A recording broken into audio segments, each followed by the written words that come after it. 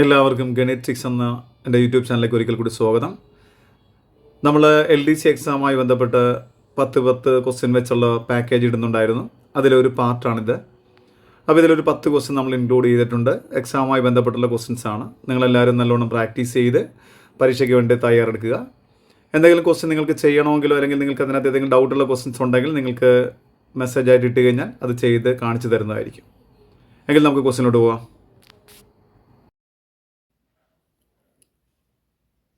ആദ്യത്തെ ചോദ്യം, ഒരു കാറിൻ്റെ വില വർഷം തോറും 10% കുറയുന്നു. ഇപ്പോഴത്തെ വില 5,60,60,000 രൂപ ആണെങ്കിൽ 2 വർഷം കഴിഞ്ഞ് കാറിൻ്റെ വില എത്ര?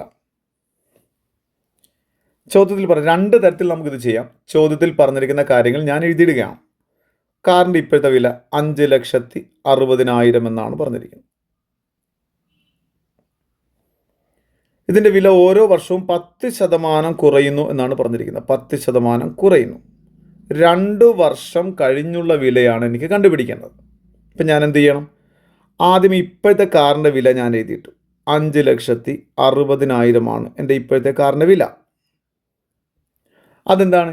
ഓരോ വർഷവും 10% കുറഞ്ഞു. അപ്പോൾ ഈ വർഷം 10% കുറഞ്ഞു എന്ന് പറഞ്ഞാൽ എന്താ നമ്മൾ പറയേണ്ടത്? 10% കുറയുകയെന്ന് വെച്ചാൽ 90% എന്നാണ്. അപ്പോൾ 2 വർഷം 10% വീതം കുറഞ്ഞു എന്ന് വെച്ചാൽ 2 തവണ 90/100 എന്ന് കാണിക്കാം. കണ്ടോ? ആദ്യ വർഷം 10% കുറഞ്ഞു, അടുത്ത വർഷം 10% കുറഞ്ഞു എന്ന് പറയുമ്പോൾ അതും 90% തന്നെയാണ്. 10% കുറയുക എന്ന് പറയുമ്പോൾ 90% എന്നാണ്. ഓരോ തവണയും നമ്മൾ 10% കുറഞ്ഞു പറയുമ്പോൾ 90% എടുക്കേണ്ടത്, അല്ലാതെ ഓരോന്ന് കുറഞ്ഞ് പോകുന്നതായിട്ടല്ല. ഇനി നമുക്ക് 0 വെട്ടിക്കളയാം. ഇവിടെ 2 0 വെട്ടി, ഇവിടെയും 2 0 വെട്ടി, ഇവിടെ ഒരു 56 ഉണ്ട്, ഇവിടെ എന്താണ് 9 × 9 81 ഉണ്ട്, 2 0 ഉണ്ട്. എന്ത് ചെയ്താൽ മതി? 56ഉം 81 കൂടെ ഇൻറ്റു ചെയ്യുക, 2 0 ഇട്ട് കൊടുക്കുക. ഈ 56ഉം 81 കൂടെ ഗുണിക്കുക. ഇൻറ്റുമ്പോഴത്തേക്ക് 4 5 3 6 എന്നായിരിക്കും നിങ്ങൾക്ക് കിട്ടുന്നത്. ഈ 2 0 കൂടി ഇട്ട് കൊടുക്കുക. അപ്പോൾ നമ്മുടെ ആൻസർ അവിടെ കിടപ്പുണ്ട്. എത്രയാണ്? സി ഓപ്ഷനാണ് നമ്മുടെ ആൻസർ. നമുക്കിതിങ്ങനെ അല്ലാതെയും ചെയ്യാം. ഇത്ര സ്റ്റേറ്റ്മെൻറ്റ് അല്ലാതെ തന്നെ നമുക്ക് പെട്ടെന്ന് ചെയ്യാം. കുറച്ച് കൂട്ടാനും കുറക്കാനൊക്കെ അറിയാവുന്നവർക്കാണെങ്കിൽ ഇത്രയുടെ എളുപ്പത്തിൽ കിട്ടും. അതെങ്ങനെയാണ്? ഇപ്പോൾ കാറിൻ്റെ വില 5,60,60,000. എന്താണ്? അടുത്ത വർഷമാകുമ്പോൾ 10% കുറയുന്നു. ഓരോ വർഷമായിട്ട് കുറയുകയാണ്. 10% എന്ന് നമുക്ക് എളുപ്പം അറിയാം. എന്താണ്? ഒരു 0 വെട്ടിക്കളഞ്ഞാൽ 10%. തന്നിരിക്കുന്ന സംഖ്യയുടെ ഒരു 0 വെട്ടിക്കഴിഞ്ഞാൽ 10%. അപ്പോൾ ഇതിൻ്റെ ഒരു 0 പോയാൽ എത്ര? 5 6 0 0 0. ഇതാണ് 10%. 10% കുറയുന്നു. അപ്പോൾ കുറക്കണം. ഇത് കുറക്കുമ്പോൾ 0 0 0, കടുവെടുക്കുമ്പോൾ ഇത് 5 മാറും. ഇത് 10 അല്ലേ? 4 0 5. ഇപ്പോൾ കിട്ടിക്കുന്ന ഒരു വർഷം കഴിഞ്ഞപ്പോൾ ഇത് വില കുറഞ്ഞ അത്രേ 5,04,000 ഇനി ഒരു വർഷം കൂടെ. അപ്പോൾ വീണ്ടും ഇയാളുടെ 10%, 5,04,000 രൂപ എന്ന് പറയുന്ന ആളുടെ 10%. ഇവിടെ 10% എങ്ങനെയാണ്? ഒരു 0 വെട്ടി കളഞ്ഞാൽ മതി. അപ്പോൾ എത്ര കിട്ടും? 5 0 4 0 0. ഇതേ സബ്ട്രാക്ട് ചെയ്താൽ മതി. 0 0 ഉണ്ടോ? ഇവിടെ നോക്കിയാൽ 40ൻ്റെ അകത്ത് 4 പോയാൽ 36, 50ൻ്റെ അകത്ത് 5 പോയാൽ 45. അപ്പോൾ എത്ര കിട്ടി? 45 36 0 0 തന്നെ നമുക്ക് ആൻസർ കിട്ടിയാണ്ടോ? കണ്ടോ? രണ്ടും ഒന്ന് തന്നെയാണ്. നമുക്ക് ഏത് വേണേലും ചെയ്യാം. അപ്പോൾ ആൻസർ സി ഓപ്ഷനാണ്. അടുത്ത ചോദ്യം, 4/44 പകുതി എത്ര? അപ്പോൾ നമുക്കിതൊരു മെൻ്റൽ എബിലിറ്റി ഓറിയൻറ്റഡ് ക്വസ്റ്റ്യൻ ആണ്. 4/44 പകുതിയാണ്. അപ്പോൾ നമുക്ക് പകുതി എന്ന് പറഞ്ഞാൽ എപ്പോഴും ആ പറഞ്ഞിരിക്കുന്ന സംഖ്യ എഴുതുക /2 എന്നാണ് അർത്ഥം.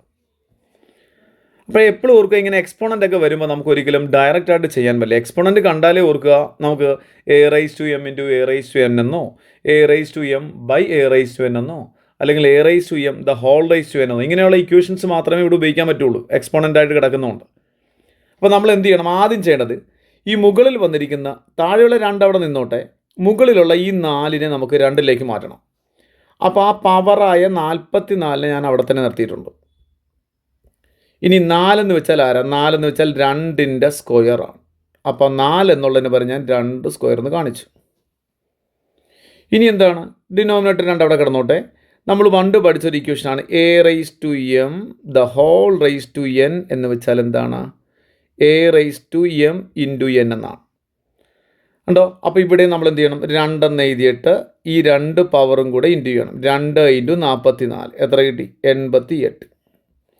അപ്പോൾ ഇപ്പം ഇവിടെ 2 സ്ഥലത്തും 2ൻ്റെ സെക്ഷനിലോട്ട് നമ്മൾ എത്തി. 2 മാറി. മുകളിൽ 2 റൈസ് ടു 88 എന്നാണ്, താഴെ വെറുതെ 2 എന്ന് കാണിച്ചാൽ 2ൻ്റെ പവർ 1 ആണ്. ഇനി നമ്മൾ പഠിച്ചൊരു equation A raise to M by A raise to എന്ന് വെച്ചാൽ എത്രയാണ്? A raise to M minus N.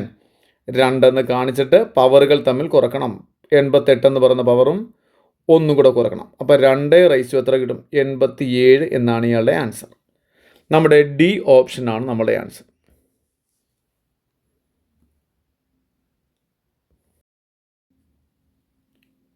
അടുത്ത ചോദ്യം, ഒരു വരിയിൽ അഖിലിൻ്റെ സ്ഥാനം മുകളിൽ നിന്നും താഴെ നിന്നും 20 ആണെങ്കിൽ ആ വരിയിൽ എത്ര ആളുകളുണ്ട്?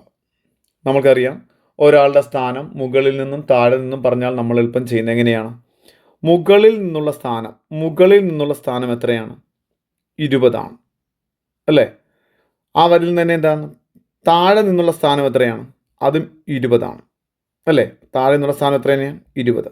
അപ്പോൾ നമ്മൾ പഠിച്ചിരിക്കുന്നത് ഈ സ്ഥാനങ്ങൾ തമ്മിൽ പ്ലസ് ചെയ്യണം. 20 പ്ലസ് 20.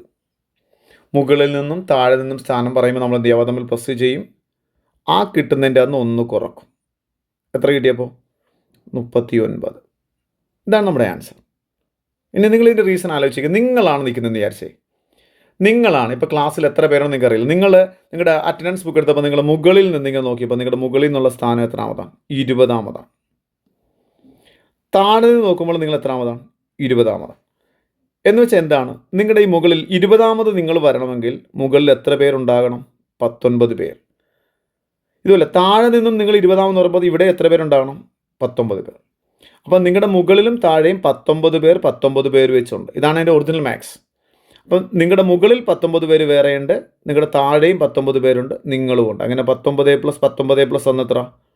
39. ഇതാണ് എൻ്റെ ഒറിജിനൽ ലോജിക്കായിട്ട് നമ്മൾ പറയുക. എനിവേ ആൻസർ എത്രയാണ്? 39 ആൻസർ. അടുത്ത ചോദ്യം, മൂടിയുള്ളതായ ഒരു ചതുരപ്പെട്ടിയുടെ ഉള്ളളവുകൾ 40 സെൻറ്റിമീറ്റർ, 20 സെൻറ്റിമീറ്റർ, 25 സെൻറ്റിമീറ്റർ. ഇതിനുള്ളിൽ പൂർണ്ണമായും വയ്ക്കാവുന്ന പരമാവധി വലിപ്പമുള്ള ഗോളത്തിൻ്റെ പരപ്പളവ് എത്ര? ഈ ചോദ്യം നമ്മൾ ഇതിനകത്ത് വയ്ക്കുന്ന കഥയായാലും ഇപ്പോൾ ചതുരപ്പെട്ട് അകത്ത് വയ്ക്കുന്ന കഥയെക്കുറിച്ചാണ് പറയുന്നത്. അങ്ങനെ അല്ലാതെ കൊണ്ട് ഒരു തടിക്കഷ്ണം തന്നിരിക്കുകയാണ് നിങ്ങൾക്ക്.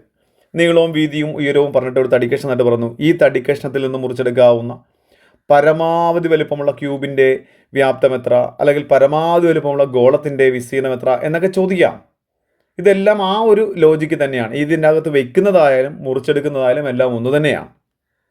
അപ്പോൾ അതെങ്ങനെയാണ് നമ്മൾ ചെയ്യുക? ഞാനിപ്പോൾ ഇതിൻ്റെ അകത്ത് നിങ്ങൾക്ക് മനസ്സിലാകുന്നതിന് വേണ്ടി ഞാൻ ഈ അളവുള്ള ഒരു തടിക്കഷ്ണം, ഏതൊക്കെയാണ്?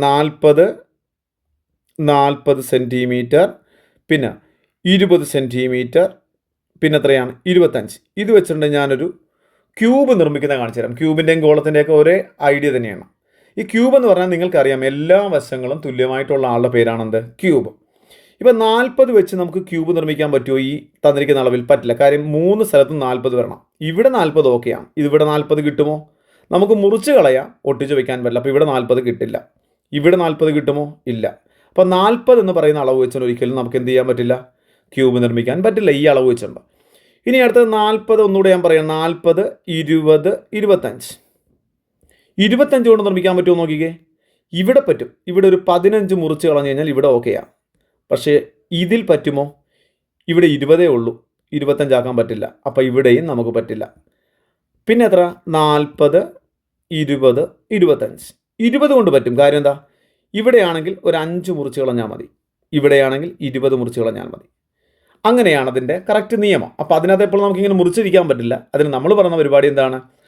തന്നിരിക്കുന്നതിൽ ചെറിയ അളവിനെ നമ്മുടെ തന്നിരിക്കുന്നതിൽ ചെറിയ അളവ് ആരാണോ ക്യൂബാണ് നിർമ്മിക്കാൻ പറയുന്നതെങ്കിൽ, നമ്മുടെ ഇപ്പോൾ ക്യൂബ് നിർമ്മാണമാണ് അല്ലെങ്കിൽ ക്യൂബാണ് പെട്ടിക്കകത്ത് വയ്ക്കാൻ പറയുന്നെങ്കിൽ നിങ്ങൾ ചെയ്യേണ്ട പരിപാടി ചെറിയ അളവിനെ ക്യൂബിൻ്റെ ഒരു വശമായിട്ട് എടുക്കുക. ഗോളമാണ് നിങ്ങളടുത്ത് പറയുന്നതെങ്കിൽ ചെറിയ അളവിനെ നിങ്ങൾ വ്യാസമായിട്ട് എടുക്കുക. ഇതാണ് അതിൻ്റെ കറക്റ്റായിട്ടുള്ള നിയമം. ഉണ്ടല്ലോ. അപ്പോൾ നമുക്കിവിടെ ഗോളമാണ് പറഞ്ഞിരിക്കുന്നത്. അപ്പോൾ നമ്മൾ എന്ത് ചെയ്യണം? ചെറിയ അളവായ 20നെ നമ്മൾ എന്തായിട്ട് എടുക്കണം? വ്യാസമായിട്ട് എടുത്തു. വ്യാസം 20 ആണെങ്കിൽ ആരം എത്രയായിരിക്കും? 10 ആയിരിക്കും. ഈ ചതുരപ്പെട്ടിക്കകത്ത് വയ്ക്കുക എന്ന് പറഞ്ഞാലും അതിനകത്ത് മുറിച്ച് എടുക്കാമെന്ന് പറഞ്ഞാലും ഒക്കെ എല്ലാം ഒന്ന് തന്നെയാണ്. രണ്ടും രണ്ട് കോൺസെപ്റ്റ് അല്ല. അപ്പം ആരം 10 കിട്ടി. ആരം 10 ആണെങ്കിൽ ഗോളത്തിൻ്റെ വിസ്തീർണം എത്രയാണ്? ഗോളത്തിൻ്റെ വിസ്തീർണത്തിൻ്റെ ഇക്വേഷൻ എന്ന് പറഞ്ഞു നോക്കി. എന്താണ് ഗോളത്തിൻ്റെ വിസ്തീർണം? ഗോളത്തിൻ്റെ വിസ്തീർണം എന്ന് വെച്ചാൽ 3πr² എന്നാണ്. 4πr². അർദ്ധഗോളമല്ലല്ലോ, ഗോളമാണ്. അപ്പോൾ 4πr² എന്നാണ് ഗോളത്തിൻ്റെ വിസ്തീർണം. ഗോളത്തിൻ്റെ വിസ്തീർണം എന്ന് വെച്ചാൽ എന്താണ്? 4πr² എന്നാണ്. ഇനി പറഞ്ഞ വില കൊടുത്തേ 4 × π × r എന്നുള്ളത് 10 ആണ്. അപ്പോൾ എന്താ? 10². 10ൻ്റെ സ്ക്വയർ 100 അല്ലേ? 100 ആകുമ്പോൾ 4 × π × 100. അപ്പോൾ ആൻസർ എത്ര? 400 π എന്ന് നമുക്ക് ആൻസർ കിട്ടി. 400 π cm² നമ്മുടെ ആൻസർ. നമ്മുടെ ഓപ്ഷൻ എ ആണ് നമ്മളുടെ ആൻസർ.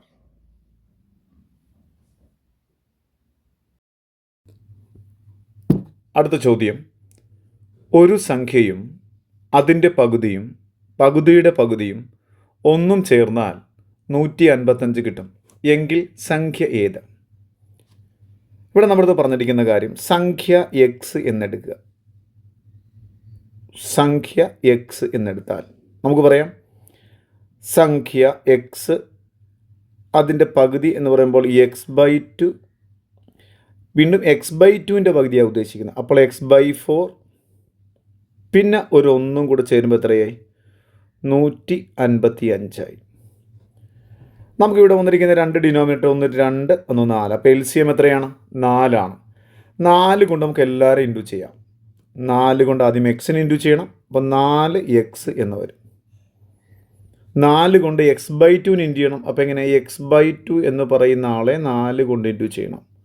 കണ്ടോ? അപ്പോൾ എത്ര കിട്ടി? 2x എന്ന് കിട്ടും. അതേപോലെ x/4ന് ഇതുപോലെ സൈഡിൽ ഗുണിച്ച് നോക്കിയേ. അപ്പം 4 4 വെട്ടിപ്പോവും. x എന്ന് കിട്ടും. 1ന് ഇൻറ്റു ചെയ്യുമ്പോഴോ 4 × 1 4 കിട്ടും. 155ന് ഇൻറ്റു ചെയ്യണം. 155 × 4 എന്ന് പറയുമ്പോൾ 620 എന്ന് കിട്ടും. ഇനി 4x 2x x, അപ്പോൾ 7x എന്ന് കിട്ടാം. +4 ഇതാണ് 620. അപ്പോൾ 7x എത്രയായിരിക്കാം? 620ൽ നിന്ന് 4 കുറക്കാം. അപ്പോൾ 7x എന്നുള്ളത് 616 കിട്ടും. എക്സ് എത്രയായിരിക്കാം? 616നെ നമുക്ക് എത്ര കൊണ്ട്? 7 കൊണ്ട് ഡിവൈഡ് ചെയ്യാം. എത്ര? 616. 64 എത്ര ദിവസം? 8×7 = 56. ശിഷ്ടം 5. 56ൽ വീണ്ടും 8 തവണ. അപ്പോൾ സംഖ്യ ആരാണ്? 88 എന്നാണ്. ഇതാണ് നമ്മൾ ഒറിജിനലായിട്ട് ചെയ്ത് കണ്ടുപിടിക്കുക. അല്ലാതെ കണ്ട് നമുക്ക് ചെയ്യാം. നമ്മളിപ്പോൾ 94, നമ്മൾ ആദ്യത്തെ ഓപ്ഷൻ 94 എടുക്കുക. 94ൻ്റെ പകുതി എത്ര? 47. പിന്നെ 47ൻ്റെ പകുതിയാണ്. അപ്പോൾ അത് പകുതി എടുക്കുമ്പോൾ ദശാംശം വരുമ്പോൾ അതല്ല ആൻസർ. 100, അടുത്ത 100 എടുത്താൽ 100. 100ൻ്റെ പകുതി എത്ര? 50. പിന്നെ 50ൻ്റെ പകുതി എത്ര? 25. പിന്നെ 1. ഇതെല്ലാം കൂടെ കൂട്ടുമ്പോൾ എത്ര കിട്ടാം? 176 കിട്ടാം. അപ്പോൾ അതല്ല. അതുപോലെ 72ൻ്റെ പകുതി എത്ര? 36. വീണ്ടും അതിൻ്റെ പകുതി എത്ര? 18. പിന്നെ ഒന്നുകൂടെ കൂട്ടും, അപ്പോഴും കിട്ടത്തില്ല. 88 എടുക്കുന്നതെങ്കിൽ 88, അതിൻ്റെ പകുതി എത്ര? 44. അതിൻ്റെ പകുതി എത്ര? 22. 1. അത് കൂട്ടുമ്പോൾ നമുക്ക് കറക്റ്റായിട്ട് 155 കിട്ടും. അങ്ങനെ പകുതി എടുത്ത് വേണമെങ്കിൽ ചെയ്യാം കേട്ടോ, തെറ്റൊന്നുമില്ല. പിന്നെ ഒറിജിനലായിട്ടുള്ളത് കാണിച്ചു എന്ന് മാത്രമേ ഉള്ളൂ. അടുത്ത ചോദ്യം, ഒറ്റയാനെ തിരഞ്ഞെടുക്കുക. 25, 36, 49, 64. വളരെ ചെറിയ ചോദ്യമാണ്. നമുക്ക് നോക്കിയേക്കാം. തന്നിരിക്കുന്ന സംഖ്യകൾ ആരൊക്കെയാണ്? 25, 36, 49, 64. 25 എന്നുള്ളത് 5ൻ്റെ സ്ക്വയറാണ്. 36 6ൻ്റെ സ്ക്വയറാണ്. 49 7ൻ്റെ സ്ക്വയറാണ്. 8ൻ്റെ സ്ക്വയറാണ്. അപ്പോൾ നമുക്ക് വലിയ വ്യത്യാസം തോന്നുന്നില്ല. പക്ഷേ ഈ 64 എന്ന് പറയുന്ന ആളെ 4ൻ്റെ ക്യൂബ് എന്ന് എഴുതിയാലും നമുക്ക് കുഴപ്പമില്ല. ഈ സംഖ്യ മാത്രം സ്ക്വയർ ഫംഗ്ഷനിങ്ങും ഉണ്ട്, ക്യൂബ് ഫംഗ്ഷനിങ്ങും ഉണ്ട്. ബാക്കിയുള്ളവർക്ക് അങ്ങനെ പറയാൻ പറ്റില്ല. അതുകൊണ്ട് നമുക്ക് നമ്മുടെ ആൻസർ ആരാണ്? 64 ഇതിൽ വ്യത്യസ്തനായിട്ടുള്ളത്. അപ്പോൾ ഓപ്ഷൻ ബി ആണ് നമ്മളുടെ ആൻസർ. അടുത്ത ചോദ്യം, 5000 പേരുള്ള ഒരു ഗ്രാമത്തിൽ 1850 പേർ 60 വയസ്സിന് മുകളിലുള്ളവരാണ്. 2050 പേർ 40നും 60നും ഇടയിൽ പ്രായമുള്ളവരാണ്. എങ്കിൽ 40 വയസ്സിൽ താഴെയുള്ള എത്ര ശതമാനം ആളുകളുണ്ട്? അപ്പോൾ നമുക്കിവിടെ ആകെ തന്നിരിക്കുന്നത് എത്രയാണ്? 5000 പേര് ആകെ തന്നിട്ടുണ്ട്. അതാണ് ഞാൻ ആദ്യം എഴുതിയിട്ടിരിക്കുന്നത്. ഇനി 2 കാറ്റഗറി പറഞ്ഞിരിക്കുന്നു. 1850 പേർ എങ്ങനെയാണ്? 60 വയസ്സിന് മുകളിലാണ്. അപ്പോൾ 60 വയസ്സിന് മുകളിലുള്ള എത്ര പേരുണ്ട്? 1850 പേരുണ്ട്. ഇനി 2050 പേർ 40നും 60നും ഇടയിൽ പ്രായമുള്ളവരാണ്. അപ്പോൾ 2050 പേർ അവിടെയും വന്നു. ഇനി മിച്ചം ബാക്കിയുള്ള ആളുകളെല്ലാം 40 വയസ്സിൽ താഴെയുള്ളവരാണ്. അപ്പോൾ അവരെ എങ്ങനെ കണ്ടുപിടിക്കാം? ഇവരെ ആദ്യം പ്ലസ് ചെയ്യണം അല്ലേ? 0 9 3 3900 പേരുണ്ട് ഈ 2 കാറ്റഗറിയിൽ. ആകെ 5000, അതിൽ 3900 പേരാണ് ഈ 2 കാറ്റഗറിയിലുള്ളൂ. ഇനി 40 വയസ്സിൽ താഴെ എത്ര പേരെന്ന് അറിയാൻ ആകെയുള്ള ആളിൽ നിന്ന് 3900 കുറക്കണം. കുറച്ചപ്പോഴത്തേക്കും 0 0 കടമെടുക്കുമ്പോൾ ഇവിടെ 1 വരെ വീണ്ടും 1, 1100 പേരാണ് മിച്ചമുള്ളത്. അപ്പോൾ 40 വയസ്സിൽ താഴെ എത്ര പേരുണ്ടെന്ന് ചോദിച്ചാൽ 1100 പേരുണ്ട്. പക്ഷേ ഇവിടെ എത്ര ശതമാനം എന്നാണ് ചോദിച്ചിരിക്കുന്നത്. അപ്പോൾ നമ്മൾ എന്ത് ചെയ്യണം? ടോട്ടൽ ആളുകളെ നമുക്ക് താഴെ കാണിക്കാം. എത്ര പേര് ആകെ ഉള്ളത്? 5000. അതിൽ എത്ര പേരാണ് 40 വയസ്സിൽ താഴെ? 1100. ശതമാനമാക്കാൻ എന്ത് ചെയ്യണം? 100 കൊണ്ട് ഗുണിക്കണം. നമുക്ക് 0 ഒക്കെ വെട്ടാം. ഇവിടെ 2 0 വെട്ടി, ഇവിടെ 2 0 വെട്ടി, ഇവിടെ 1 0 വെട്ടി, 1 0 വെട്ടി, 5ഉം 10ഉം കൂടെ 2 തവണ. അങ്ങനെ 11 × 2 എത്ര? 22% ആളുകൾ 40 വയസ്സിൽ താഴെയുള്ളവരുണ്ട്. നമ്മുടെ ഓപ്ഷൻ സി ആണ് നമ്മളുടെ ആൻസർ. അടുത്ത ചോദ്യം. ഒരു കച്ചവടക്കാരൻ ഒരു TV 10% നഷ്ടത്തിന് വിറ്റു. 880 രൂപ കൂട്ടി വിറ്റിരുന്നെങ്കിൽ 12% ലാഭം കിട്ടിയേനെ. എങ്കിൽ TVയുടെ വാങ്ങിയ വില എത്ര? ഇപ്പം നമുക്കിവിടെ 2 കാര്യം പറഞ്ഞിരിക്കുന്നു. ഇവിടെ 10% നഷ്ടമെന്ന് പറഞ്ഞിരിക്കുന്നു. ഈ 10% നഷ്ടമെന്ന് വെച്ചാൽ എത്രയാണ്? 90%. ഇങ്ങനെയാണല്ലോ നമ്മൾ പറയുക. ഇതാണ് ആദ്യം എഴുതേണ്ടത്. ഇനി 12% ലാഭം എന്ന് വെച്ചാലോ 112/100. അപ്പോൾ ഇതാണ് അവർ പറഞ്ഞിരിക്കുന്ന 2 ആളുകൾ. ഇപ്പം 10% നഷ്ടത്തിന് വിറ്റു, അത് കഴിഞ്ഞു. ഇനി എത്ര? 880 രൂപ കൂടുതൽ കിട്ടിയിരുന്നെങ്കിൽ 12% ലാഭമായേനെ. അപ്പോൾ ഇങ്ങനെ പറയുന്ന സന്ദർഭങ്ങളിൽ ആ പറഞ്ഞിരിക്കുന്ന രൂപ എന്ന് പറയുന്നത് 880 എന്ന് പറഞ്ഞിരിക്കുന്ന ആൾ എന്താണ്? നമ്മളുടെ CP എന്ന് പറയുന്ന വാങ്ങിയ വിലയുടെ ഇത്ര ശതമാനമായിരിക്കണം. അത് എത്ര ശതമാനം എങ്ങനെ മനസ്സിലാവും? ഈ പറഞ്ഞിരിക്കുന്ന 2 ആളുകളെയും വ്യത്യാസം എടുത്താൽ മതി. 112 - 90 എത്ര? 22% ആ പറഞ്ഞിരിക്കുന്നത്. അപ്പോൾ 10% നഷ്ടം 90%, 12% ലാഭം 112%. ഇവ നമ്മൾ വ്യത്യാസം എത്രയാണ്?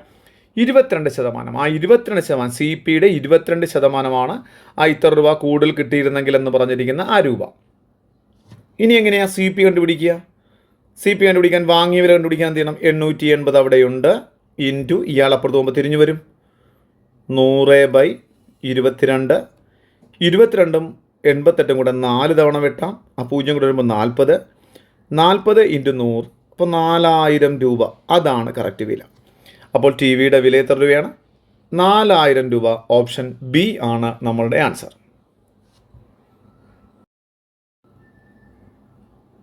അടുത്ത ചോദ്യം.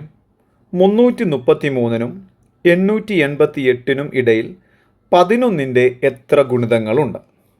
ഇവിടെ എണ്ണമാണ് ചോദിക്കുന്നതെങ്കിൽ നമുക്ക് വളരെ എളുപ്പത്തിൽ ചെയ്യാം. നിങ്ങൾ പഠിച്ചിട്ടുള്ളത് തന്നെയാണ് ഞാനും പറയാൻ വേണ്ടി പോകുന്നത്. നമ്മൾ ആദ്യം എന്ത് ചെയ്യണം? 333 എന്ന് പറയുന്ന സംഖ്യയെ 11 കൊണ്ട് ഡിവൈഡ് ചെയ്യണം. ഇവിടെ ഡിവിഷൻ നല്ലതാണ്, നിങ്ങൾ ശ്രദ്ധിച്ചാൽ മതി. 33ൽ എത്ര പ്രാവശ്യമുണ്ട്? 11. 3 തവണ 33. ശിഷ്ടം ഒന്നുമില്ല, 0. അടുത്ത ഞാൻ ഈ 3നെ ഇറക്കി എഴുതി 3. ഇതിൽ അടങ്ങുമോ? അടങ്ങത്തില്ലെങ്കിൽ ആദ്യം കാണിക്കേണ്ട മുകളിൽ 0 ഇനി ആരെങ്കിലും എഴുതാനുണ്ടോ? ഇല്ല, അതോടെ തീർന്നു. ഉണ്ടോ? ഇങ്ങനെയാണ് ഹരണം ചെയ്യേണ്ടത്. നമുക്ക് ദശാംശം ആവശ്യമില്ല. അതുപോലെ തന്നെ 888 ഇതിനെ നമ്മൾ ഡിവൈഡ് ചെയ്യാൻ എത്ര കൊണ്ട്? 11 കൊണ്ട്. 88ൽ 8 തവണ, അപ്പോൾ എത്ര? 88. മിച്ചമൊന്നുമില്ല, റിമൈൻഡർ 0 ആണ്. ആ 8 ഇറക്കി എഴുതി. 8ൽ അടങ്ങില്ല, അടങ്ങാത്തപ്പോൾ എന്തിട്ട് കൊടുക്കണം? 0 ഇട്ട് കൊടുത്തു. ഇനി ഇറക്കി എഴുതാനില്ലല്ലോ, ഇറക്കി എഴുതാനില്ലാത്ത അത് തീർന്നു, ശിഷ്ടമായിട്ട് 8 കിടന്നുള്ളൂ ഇവിടെ. ഇപ്പോൾ ആദ്യം ഹരിച്ചപ്പോഴത്തേക്ക് ഹരണഫലം 30ആണ്, രണ്ടാമത്തിനകത്ത് 80ആണ്. ആ വന്നിരിക്കുന്ന 80ഉം 30ഉം തമ്മിലുള്ള വ്യത്യാസം എത്രയാണോ അത്രയും പദങ്ങളുണ്ട്. അപ്പോൾ എത്ര പദങ്ങളുണ്ട്? 50 പദങ്ങളുണ്ട്. ഡിവിഷൻ എങ്ങാനും തെറ്റായിട്ട് ചെയ്താൽ വേറെ ആൻസർ കിട്ടും. ഡിവിഷൻ ചെയ്യുമ്പോൾ ആ 0 ഇടാനൊക്കെ മറന്നു കഴിഞ്ഞാൽ 5 എന്ന് പറയുന്ന ആൻസറൊക്കെ പലർക്കും കിട്ടും. അപ്പോൾ അതുകൊണ്ട് ഡിവിഷൻ കറക്റ്റായിട്ട് ചെയ്യുക. അടുത്ത ചോദ്യം, ഒരു സമാന്തര ശ്രേണിയുടെ 13ാം പദം 14 ആയാൽ ആദ്യത്തെ 25 പദങ്ങളുടെ തുക എത്ര? അപ്പം നമുക്ക് തന്നിരിക്കുന്നത് 13ാം പദമാണ്. 2 കാര്യം ചെക്ക് ചെയ്താൽ ഇയാൾ 1 വേർഡാണ്. 13ാം പദം എത്രയാണ്? 14 ആണ്. നമുക്ക് കണ്ടുപിടിക്കേണ്ടത് 25 പദങ്ങളുടെ തുകയാണ്. 25 പദങ്ങളുടെ തുക. അപ്പം നമ്മൾ എങ്ങനെയാണ് ചെയ്യുക? നമുക്ക് ഇത്ര കാര്യമേ ഉള്ളൂ. നിങ്ങൾ ചെയ്യേണ്ട കാര്യം, 25 പദം ഉള്ള സമയത്ത് ആ 21, 2, 3, 4, 5, 6 അങ്ങനെ പോകുന്നു. 25 പദമുണ്ട്. ആ പദം പറഞ്ഞിരിക്കുന്നതിൽ ഒത്ത നടുക്കത്തെ ടേമാണ് 13. അതെങ്ങനെ മനസ്സിലാകുക? മിഡിൽ ടേം കണ്ടുപിടിക്കുന്നത് എങ്ങനെയാണ്? തന്നിരിക്കുന്നതിലൂടെ 1 കൂട്ടണം, 25 ആണ്, ഒന്നുകൂടെ കൂട്ടണം, പകുതി എടുക്കണം. അതായിരിക്കും 25 പദം ഉള്ളപ്പോഴത്തേക്ക് മിഡിൽ ടേം. ഇപ്പം 12 പദം ഉണ്ടെങ്കിൽ മിഡിൽ ടേം ഉണ്ടോ? ഇല്ല. അതുകൊണ്ട് ആ സംഖ്യകൾ വരുമ്പോൾ ശ്രദ്ധിച്ചോണം. പകുതി എടുക്കാൻ പറ്റില്ലെങ്കിൽ 11.5 പദം അല്ലെങ്കിൽ 5.5 പദം ഒന്നും നമുക്ക് പറയാൻ പറ്റില്ല. ഇങ്ങനെ പ്ലസ് ചെയ്ത് കറക്റ്റ് പകുതി കിട്ടുമ്പോൾ കൃത്യമായ ഒരു നാച്ചുറൽ നമ്പർ കിട്ടിയാലേ പദം എന്ന് പറയാൻ പറ്റുള്ളൂ. ഇപ്പം 19 പദങ്ങളുണ്ടെന്ന് വിചാരിക്കുക. 19 പദങ്ങളുണ്ടെങ്കിൽ എങ്ങനെയായിരിക്കും മിഡിൽ ടൈം പറയുക? 19 + 1 20, 20/2 10. 10ാമത്തെ പദമായിരിക്കും അതിൻ്റെ മിഡിൽ ടൈം. ഇതുപോലെ ഇവിടെ 25 പദങ്ങളുണ്ട്. ആ 25 പദങ്ങളെ മിഡിൽ ടൈം, ആ മിഡിൽ ടൈമാണ് ഈ കിടക്കുന്ന 13ാം പദം. അങ്ങനെ മിഡിൽ ടൈം തന്നിട്ടുണ്ടെങ്കിൽ തുക കണ്ടുപിടിക്കാൻ വളരെ എളുപ്പമാണ്. 25 പദങ്ങളുടെ തുകയെന്ന് ചോദിച്ചു കഴിഞ്ഞാൽ ഈ പറഞ്ഞിരിക്കുന്ന 14 ഇങ്ങോട്ട് ആദ്യം എടുക്കുക. 14, 13ാം പദം അഥവാ മിഡിൽ ടൈം പറഞ്ഞിരിക്കുന്ന 14 ഇങ്ങോട്ട് എടുക്കുക. ഇൻറ്റു എത്ര പദങ്ങളുടെ തുകയാണ്? ആ 25 കൊണ്ട് വെറുതെ ഗുണിച്ചാൽ മാത്രം മതി. 25 × 14. അപ്പോൾ എത്ര കിട്ടാം? 350. 7 × 50 350 എന്ന് കിട്ടാം അല്ലേ? അപ്പോൾ 350 നമ്മുടെ ആൻസർ. അപ്പോൾ ചെയ്യുന്ന രീതി കണ്ടല്ലോ. 2 കാര്യം ചെക്ക് ചെയ്യണം. തുക കണ്ടുപിടിക്കുമ്പോൾ ആ തന്നിരിക്കുന്ന തുക കണ്ടുപിടിക്കുന്ന ആളുടെ മിഡിൽ ടേമാണ് നമുക്ക് മുകളിൽ തന്നാൽ മാത്രമേ ഇങ്ങനെ ചെയ്യാൻ പറ്റുള്ളൂ, ഇല്ലെങ്കിൽ ചെയ്യാൻ പറ്റില്ല.